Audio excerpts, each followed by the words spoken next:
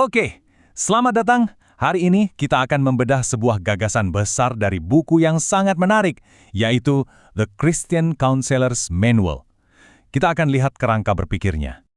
Yuk, kita langsung ke pertanyaan utamanya, apakah terapi itu benar-benar netral, seperti sains? Nah, buku ini langsung membuka dengan argumen yang cukup berani. Konseling itu tidak pernah netral. Oke, ini dia. Gambaran besar apa aja yang bakal kita bahas, kita akan ikuti alur yang ada di dalam bukunya. Oke, kita mulai dari fondasinya dulu ya. Jadi inti dari argumen buku ini adalah setiap metode konseling, tanpa terkecuali, itu dibangun di atas keyakinan tertentu tentang apa itu manusia. Nah, kutipan ini penting banget. Intinya, buku ini mau bilang kalau apa yang diyakini seorang terapis, pandangan dunianya, nilai-nilainya, itu secara langsung ngebentuk cara dia bekerja dan bagaimana dia mencoba menolong orang. Jadi nggak ada yang namanya praktik yang bebas nilai. Nah, biar gampang pahamnya, manual ini membagi semua pendekatan konseling jadi 3 kelompok besar. Yuk kita lihat. Nah, coba deh perhatiin bagan ini. Ini diambil langsung dari sumbernya dan jujur ini keren banget. Karena bisa memetakan seluruh peta dunia konseling. Ada 3 jalur utama dan pembedanya itu simpel. Dari mana solusi itu datang? Apakah dari seorang ahli, dari dalam diri kita sendiri, atau dari sumber ilahi? Jadi, intinya cuma satu pertanyaan kan? Sumber solusinya dari mana? Eksternal, internal, atau ilahi? Ini jadi pembeda utamanya. Oke, kita bedah satu-satu ya, dimulai dari yang pertama, pendekatan pengetahuan ahli. Di sini, konselor itu ibaratnya spesialis yang pegang semua kuncinya. Nah, di kelompok ini, buku ini menaruh nama-nama besar kayak Freud dan Skinner. Walaupun teori mereka beda jauh ya, tapi ada satu kesamaan. Mereka sama-sama percaya kalau ada ahli dari luar yang tugasnya mendiagnosis dan memperbaiki masalah klien.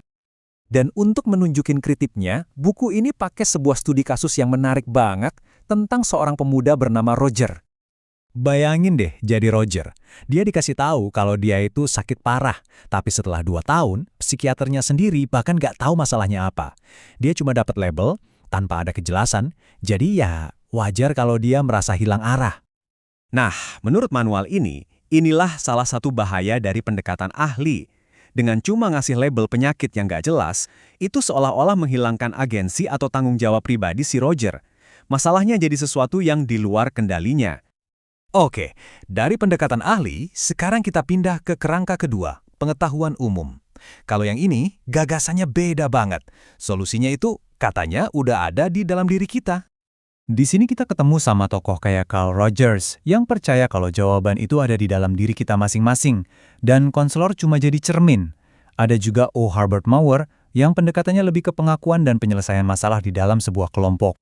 Tapi, dari kacamata manual ini, pendekatan ini punya kelemahan fundamental. Kenapa? Karena mereka dianggap mengabaikan perlunya sebuah standar dari luar, yaitu standar ilahi, yang bisa jadi patokan buat perilaku dan penyembuhan yang sejati dan bertahan lama. Dan ini membawa kita ke kategori yang ketiga, dan ini adalah pendekatan yang diusung oleh manual itu sendiri. Pendekatan pengetahuan ilahi, sebuah alternatif yang berbasis Alkitab. Jadi, di sini idenya jelas banget. Sumber utama untuk memahami masalah dan menemukan penyembuhan itu bukan dari ahli, bukan juga dari dalam diri sendiri, tapi dari firman Tuhan. Dan mereka nggak cuma ngomongin konsep loh, manual ini ngasih proses yang sangat jelas, yang didasarkan pada ayat di 2 Timotius, tentang gimana sih kitab suci itu dipakai dalam konseling. Ada 4 langkah praktisnya. Jadi, di sini bedanya sangat mendasar. Masalahnya nggak lagi dilihat sebagai kondisi psikologis atau potensi yang belum tercapai, tapi didefinisikan secara teologis sebagai dosa. Dan solusinya? Ya, datang dari sumber daya rohani, yaitu roh dan firman.